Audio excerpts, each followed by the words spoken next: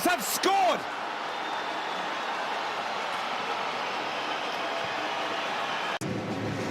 "45 minutes. That's genuinely all it took, and if you weren't watching this game live, it's honestly hard to explain just how quickly the entire mood of this match flipped upside down. Inter Miami go down a goal inside the opening moments, and if you're a fan watching this unfold in real time, you know that sinking feeling. The one where you start bracing yourself for a long, frustrating night, where you start wondering whether this is going to be one of those matches that gets away from your team before it even really begins. There's a kind of dread that creeps in when the underdog scores first, because suddenly all the pressure shifts onto the bigger side, onto the side that's supposed to win, and every mistake starts to feel amplified. But instead of spiraling, instead of letting that early setback define the rest of the half, Inter Miami respond in a way that very few teams in world football are capable of responding. By the time the halftime whistle blows, they're not just level, they're not just narrowly ahead.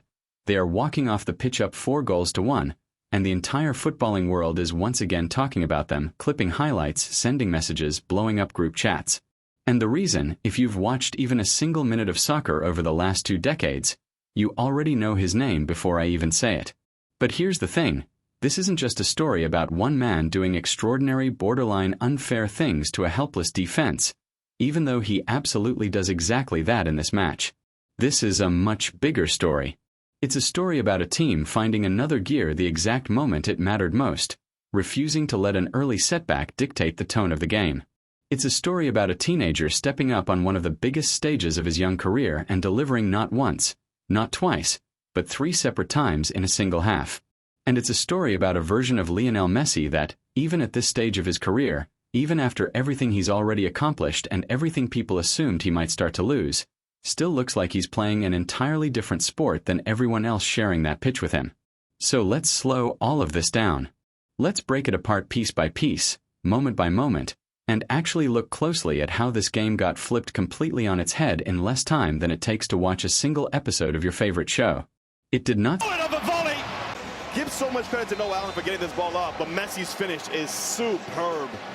I mean, just watch his movements to attack this space, Lionel Messi. But the ball that comes into him, he makes it look easy. It's by Leo Messi to get his side back level. Here is Messi again on the turn. Could open up for him again. Leo Messi still going! And it's off the outside of the post. I mean, how do you stop this guy? He said, I don't have that answer. But it's these little subtle movements. He gets you guessing. Start well for Inter Miami. And it's genuinely worth sitting with that for a moment before we get to the fun, highlight reel part of this breakdown, because context matters here. Torres finds a really nice, composed little entry pass inside to Rodriguez, threading it through a gap that shouldn't have been there in the first place, and already you can see San Luis working the ball with a level of purpose and patience that suggests they didn't fly in just to be spectators against one of the most famous clubs on the planet. Torres gets another look moments later, this time whipping a dangerous cross toward the near post. Exactly the kind of delivery that causes chaos in a box if the timing lines up. And the timing lines up. Just like that, inside the first 20 seconds of meaningful action in this highlight package, Atlético San Luis have the lead. For a team that plenty of neutral observers expected to simply roll over and enjoy the occasion, this was a genuine statement of intent, an early declaration that they hadn't traveled this far just to make up the numbers. For a brief moment, you could feel the away section finding its voice, sensing the very real possibility of an upset brewing against a side with far bigger names and far bigger reputations on the team sheet. But football, as it so often does, has a way of humbling you just as quickly as it lifts you up, sometimes within the very same passage of play. Miami's response arrives almost immediately, without hesitation, without panic. Noah Allen receives a really nice ball out wide in a promising area, and rather than rushing his decision the way a less composed player might under pressure, he takes an extra beat, gets himself properly balanced and well-positioned, and then whips in a cross that sails all the way to the back post with real quality behind it. The equalizer follows within seconds, the home stadium absolutely erupts, and just like that, the entire tone and momentum of the match shifts in an instant. What looked like it might turn into a difficult backs against, the wall opening 20 minutes instead becomes the launching pad for one of the most dominant, ruthless attacking halves you are going to see anywhere in this competition all year long. Wrong foots you, and then Mikael might struggle since a bright beginning, Mo. And the beating in behind here again. Allen with the cross. This goal will count. Segovia taps it home. Noah Allen involved in both goals now. Difficult to get a finger on it for the opposition as well. Messi, good play from Bright. Allen tries to go first time. Messi scores again. Now here's where things start to get more than a little bit unfair for the opposition, and honestly a little bit unfair for the rest of us trying to describe it. Noah Allen wins the ball back in a genuinely smart, disciplined, and underappreciated defensive moment. The kind of play that never makes the highlight thumbnail but absolutely sets everything else in motion. Almost immediately, you can see Messi clock the opportunity developing before it has even fully taken shape, before most other players on the pitch have even processed that the ball has changed possession. Watch his movement here specifically, because this is the part that tends to get completely lost when people only focus on the eventual finish and skip past everything that made it possible. He is already attacking the space in behind the defensive line before the ball has even traveled halfway toward him, reading the picture several seconds ahead of everyone else around him. He times his run with such precision that by the exact moment the ball arrives, he's carved out half a yard of separation, which for a player of this caliber is essentially the same thing as an open net. One touch to adjust his body just slightly, angling himself perfectly, and then he unleashes an absolute bullet of a volley that leaves the opposing goalkeeper with no realistic chance whatsoever of getting near it. This is the exact kind of goal that gets replayed over and over again in slow motion for very good reason, because the sheer technique required to strike a moving ball out of the air with that much power and that much precision, first time under real match pressure with defenders closing in, is genuinely regarded as one of the hardest individual skills to execute in the entire sport. And crucially, it isn't a one-off fluke either, because just a few minutes later he very nearly does it again. Cutting inside on his stronger foot, wrong-footing his marker with a subtle shift of weight, and clipping the outside of the post on a follow-up attempt that had the entire crowd rising out of their seats in anticipation. The broadcast commentary sums up the moment about as well as anyone possibly could in real time. How do you even begin to stop this guy? Nobody inside that stadium has a satisfying answer, and it's becoming increasingly, almost embarrassingly clear that nobody involved in this match is going to find one either, not today. While Messi is understandably and rightfully soaking up the headlines, there's a second story unfolding in real time right alongside him that deserves just as much attention, arguably even more given the context, and that's the emergence of Noah Allen as an absolutely crucial load-bearing piece of this Inter-Miami attack. After setting up the equalizer earlier in the half with that composed cross to the back post, Allen is directly involved yet again just a short time later, delivering the exact cross that Suarez calmly taps home to make it 2-1. That's now 2 assists inside roughly the first 15 minutes of real action for a player who, not all that long ago, was still very much finding his footing and settling into life at this level. You just cannot stop Leo Messi! A double for him, and Noah Allen once again playing his part. Leo Messi is back for Inter Miami. He knows this ball is going to find its way to him. It's about him saying compose, him saying onside, and then the timing of the release. First-time ball doesn't allow the defense of competition. What makes his contribution even more impressive isn't just the raw output on the stat sheet. It's the way he's actually generating it. This isn't happening through flashy, look-at-me individual moments or forced attempts to be the center of attention. It's happening through genuinely smart, disciplined positioning, patient and unhurried decision-making once the ball reaches his feet, and delivery into dangerous areas that consistently, repeatedly finds a teammate in space rather than a defender's shin. Every great attacking front three in football needs reliable service from somewhere, and right now, in this match, Allen is providing exactly that over and over again, play after play, and doing it all with a level of composure that you don't typically see from a player still this early on in his professional career. By the time this first half draws to a close, his name is going to be mentioned in the very same breath as Messi's when people talk about this game, and honestly, at this point, he will have earned every single bit of that recognition through sheer consistency alone.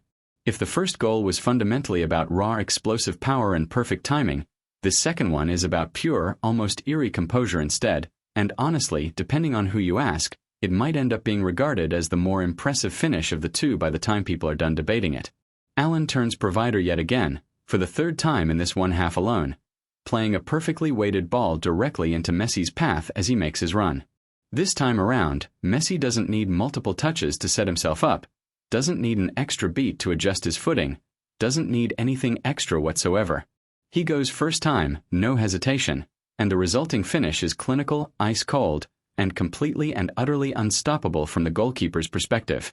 What really stands out here, if you slow the replay down and actually study it, is everything that happens in the moments before the shot itself is even struck. It's the way he manages to stay completely composed inside a crowded, chaotic penalty box full of moving bodies. It's the discipline required to stay perfectly onside right up until the exact right split second to make his run.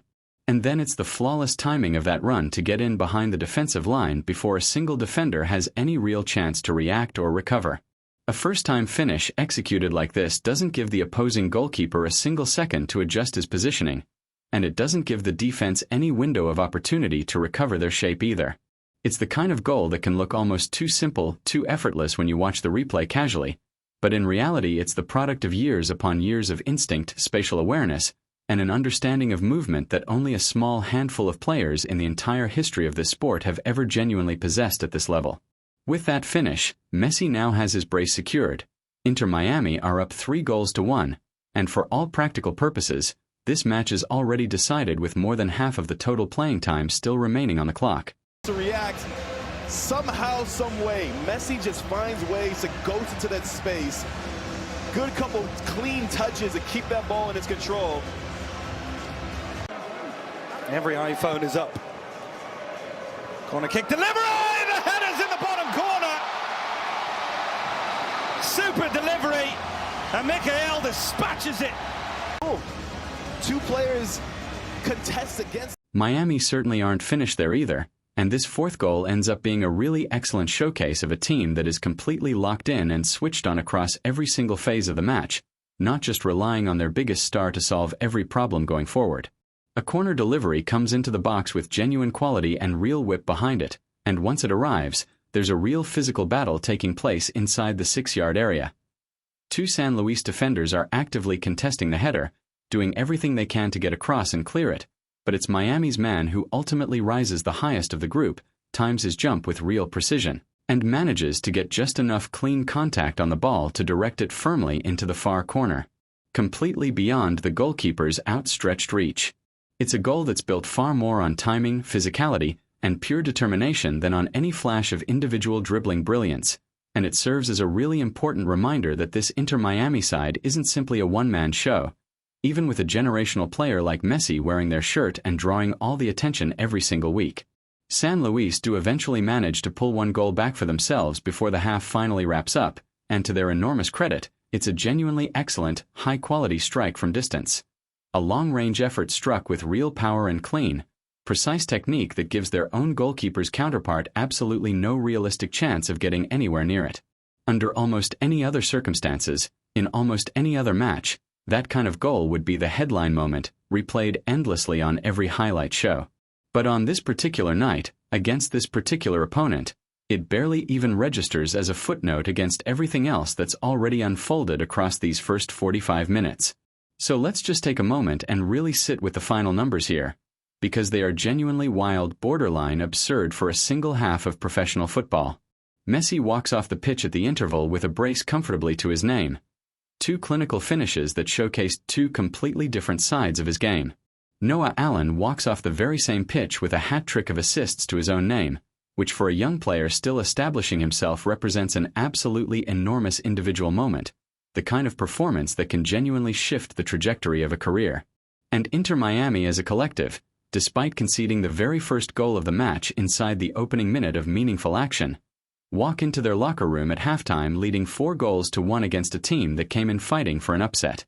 It is, without much room for serious argument, one of the most dominant single-half attacking performances you are going to see anywhere in this entire competition all year long, and it stands as yet another reminder, if anyone out there genuinely still needed one at this point, of exactly why Lionel Messi remains the single most dangerous attacking player on the planet, even at this particular stage of his long and storied career. If you want to go and watch the rest of this match, including everything that happened across the full second half, the complete highlights package is linked down below in the description for you to check out right after this. And I genuinely want to know your honest thoughts down in the comment section. Is this the single best 45 minutes Inter Miami have put together all season long, or have you personally seen them play even better than this at some other point this year? Drop your thoughts, get the conversation going. Hit subscribe if you want more breakdowns just like this one delivered straight to you, and I will see you in the very next video.